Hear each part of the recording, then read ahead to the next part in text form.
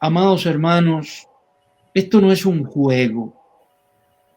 Hemos traído personas que lo han vivido en carne propia y el obispo Ticas Manzanares va a compartir con nosotros también, porque él está en este mismo momento, todavía tiene síntomas, todavía se está recuperando.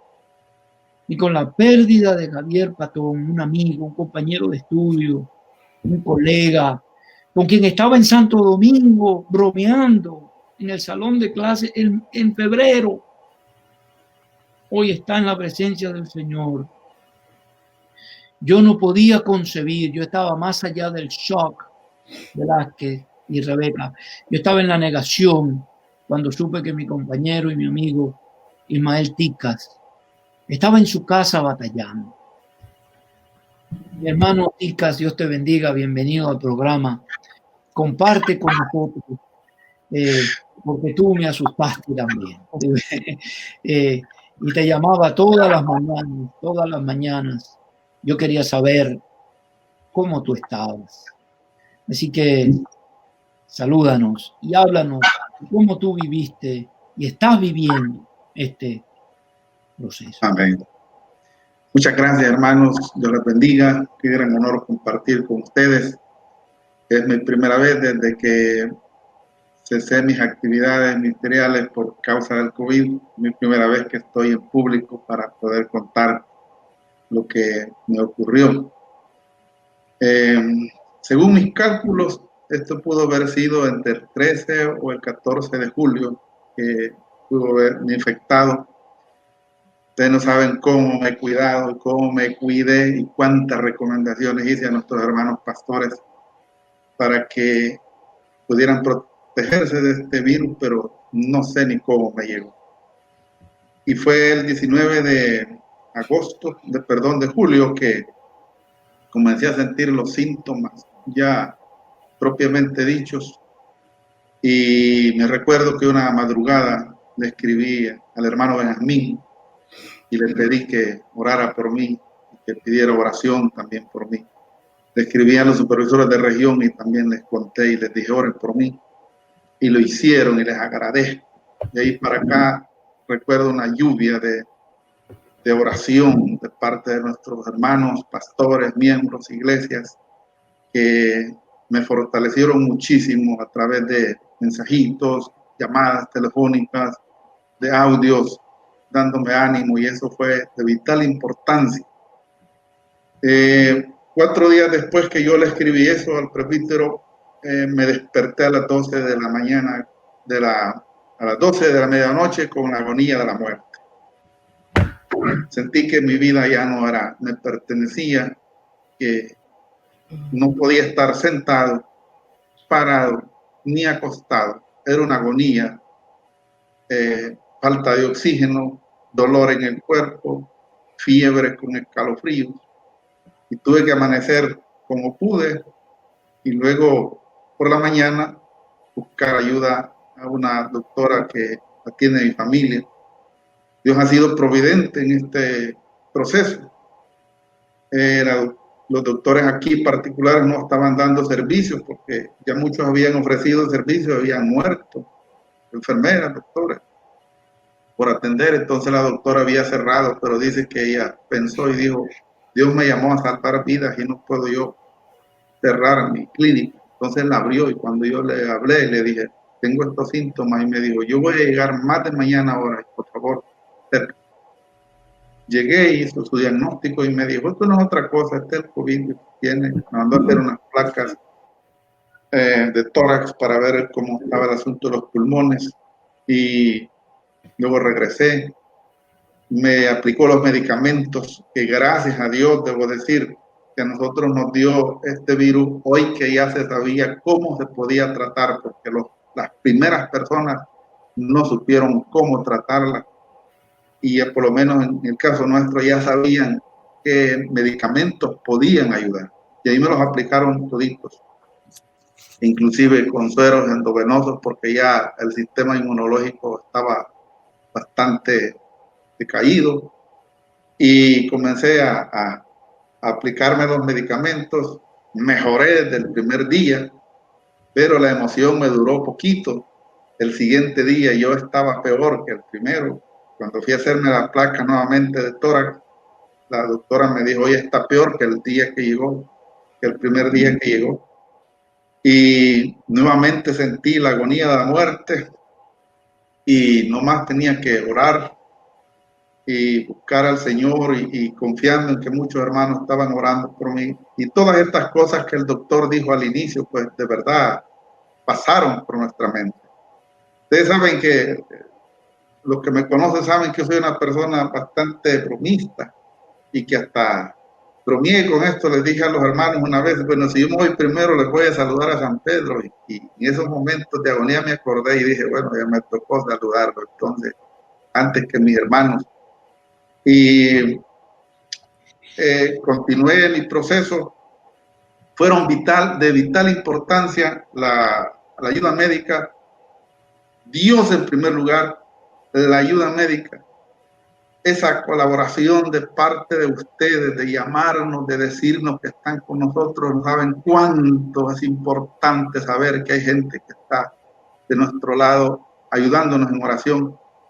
Y el asunto de la familia, porque eso de estar encerrado en un lugar para procurar no contagiar a los demás es importantísimo. Sin embargo, es cruel estar en un cuarto solo. Y yo recuerdo y que le agradezco muchísimo a mi esposa y a mi hija y a la familia que estuvo a mi lado, que le perdieron el miedo al virus. Recuerdo que la última agonía que yo tuve de muerte, tuve que salir a las 12 de la noche a buscar una clínica asistencial pública porque sentí que ya no. Entonces el doctor me atendió y me dijo, mira, y me hizo las cuentas y me dijo, tú tienes 18 días. Que se cortó la comunicación. Se cortó la comunicación. Ahora sí. Escúchense. La última agonía, salí a las 12 de la noche a buscar asistencia a una clínica médica pública y el doctor me dijo, no es cuestión ya de la enfermedad, porque él me hizo la cuenta, me dijo, tenés 18 días, esto ya está desapareciendo, ahora es cuestión de los medicamentos son fuertes, la presión arterial se te ha subido y entonces sientes cansancio y sientes fiebre, debes de dejar los medicamentos ya. Y me dio unas vitaminas y el siguiente día... Parece que estamos teniendo problemas con la comunicación. Vidal, nosotros estamos bien, parece que es allá en la oficina. Sí. Todo acá está bien. Adelante, Ticas, ya está en vivo otra vez.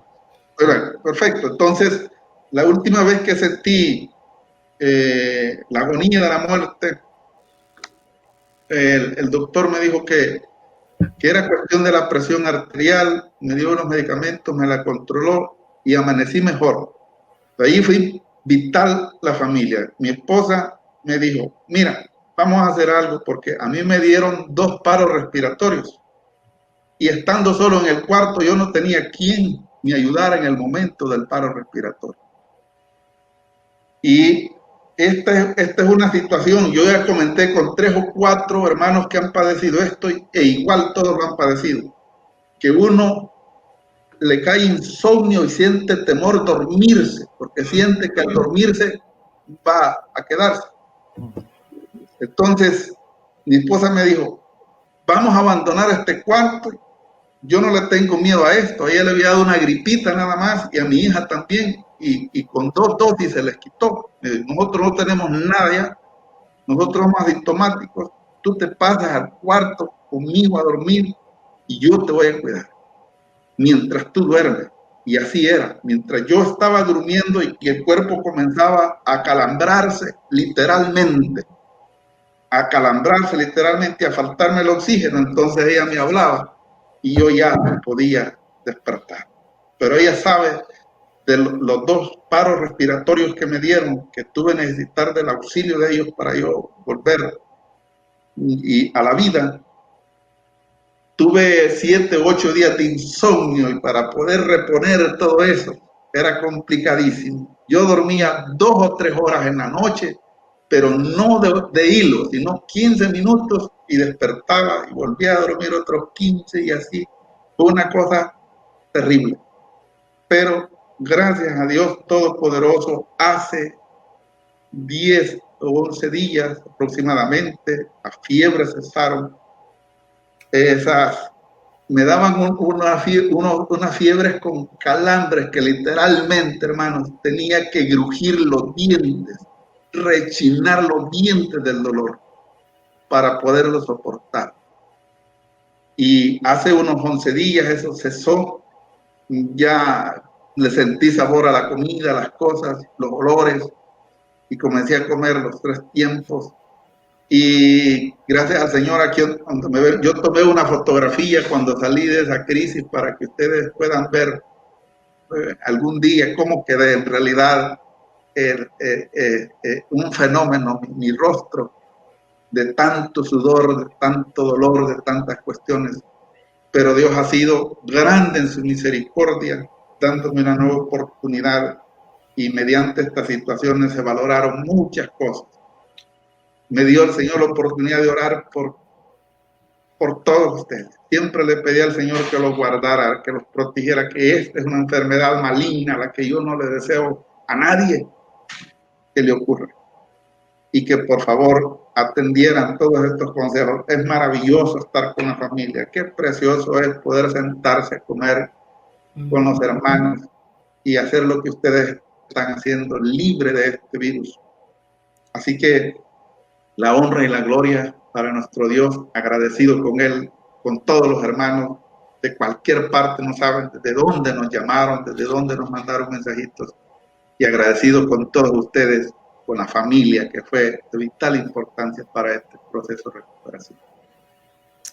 Amén, gracias. ¿Qué nos dice el doctor Velázquez? Sí, lo que quiero hacerle una pregunta a los hermanos. Ciertamente la familia es un soporte y la fe, nosotros siempre decimos que la fe es un recurso sanador, es más que eso, pero desde el punto de vista clínico le decimos la fe es un recurso sanador, un recurso terapéutico en sentido general. Yo quiero preguntar a los hermanos, hermana Rebeca primero, y bendigo a Dios por cada uno de ellos.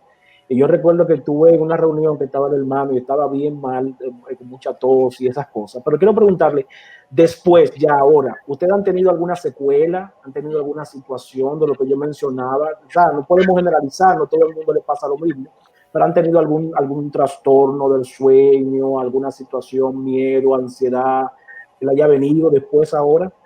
Hermana Rebeca, luego hermano Ismael. Fatiga constante. Ok. Hay una fatiga. Perdí más de las 3/4 partes de mi pelo. Sí. Entonces ahora batallando, ¿no? Con reestructurarlo y que crezca y que sea tal vez como fue antes, quizás no, pero estoy bregando con eso también. Y no he recuperado todavía el olfato ni el gusto, lo cual es una lucha titánica, porque hay hambre, el cerebro te dicta lo que hay que hacer, pero entonces no recibe la información completa. Eso también le trae a uno cierto descontrol interno, de que no lo había manejado antes y ahora tengo que aprender. No sé cuánto tiempo durará, pero por ahora tengo que manejarlo. Muy bien, muy bien. Sí. El pelo es muy importante para una chica, yo sé. Es de importancia, pero a nivel emocional, ¿usted entiende que eso va a volver o siente alguna? Emocionalmente, sí, al principio, al sentido, por cierto, de culpabilidad, esa ansiedad, ese desconocer, sí, y de cuidar tanto, siento que en un momento me desconecté de mí misma. Y de hecho, gracias, ¿verdad?, a la ponencia de la doctora Elizabeth Conde, tan perfecto, ¿verdad?, tan magistralmente presentado el tema del lamento. No lo vi directamente, pero en la noche pude poner el programa y en el silencio de la noche escuchar estas palabras, cada una ungida por el Espíritu Santo, sanadora, a la cual me recordaba la oración de Pablo en Efesios capítulo 3, a donde él dice versículos 13, 14, 15 y 16, que él por esta causa doblaba sus rodillas ante el Padre, ¿no? Y él oraba para que en algún momento seamos fortalecidos en nuestro hombre interior. Claro, hombre interior es el género humano. Y a través de esa ponencia sobre el lamento, pude recapacitar, diría yo, y volver en sí. y me reconecté conmigo psicológicamente, emocionalmente, porque entendí a través de la palabra y de ese mensaje, esa enseñanza, de que lo que estaba pasando era parte del proceso, no era el punto final, pero era parte del proceso. Entonces, ahí sentí ese rompimiento por un lado, pero también esa reestructuración interna que necesitaba. Y a partir de esa ponencia sobre el lamento, he podido tomar medidas diferentes. Una parte que me afectó emocionalmente fue volver al templo y no tocar a los hermanos, no tocar a los niños. Entonces regresaba a mi casa peor. Sí. Y somos sensoriales, ¿no? Yo le tenía que decir a los hermanos, discúlpenme, perdónenme, no los toco y es como que no los veo. Y venía con ese vacío, pero a la misma vez ellos también llegaban a casa con un vacío. No tocamos a la pastora hoy, no la saludamos. Los niños decían, eso no es así que tú le dices hi a la pastora y le haces con la mano. Tú tienes que abrazarla, niños de 5 años. Entonces, pues manejar todo eso, aparte de los hermanos que ya no están, era un mar incontrolable de emociones, de sentimientos, pero a la vez hay que estar derechito, de que hay que estar bien. Entonces, ese balance se perdía y gracias nuevamente, digo, al tema del lamento, yo dije, bueno, mira, yo voy a llorar, voy a lamentar y voy a recuperar esa esencia, ¿verdad? Interna a la cual solamente Dios llega y Dios toca. Amén. Hermano Ismael, la misma pregunta para usted. ¿Hay alguna secuela emocional, algún tema emocional de culpa, miedo, ansiedad, después ya que Dios le ha dado la victoria en el nombre de Jesús? Sí, ejemplo, a mí me quedé con pesadillas. Okay. Muchas pesadillas. El ratito que dormía nunca le sentí sabor al sueño porque eran puras pesadillas. Horribles. Y luego insomnio y un poquito de secuelas de debilidad en el cuerpo, pero que poco a poco, a medida he ido alimentándome lo correcto, he ido recuperándome. Y sí, ese temor a dormirme me quedó por muchos días, digamos 5 o 6 días después que yo tenía miedo de dormirme, hasta que mi esposa me ayudó en velar mi sueño, de sentarse ella a ver que yo dormía mientras yo me recuperaba y sentía el valor de dormirme para saber que iba a despertar después que me dormí.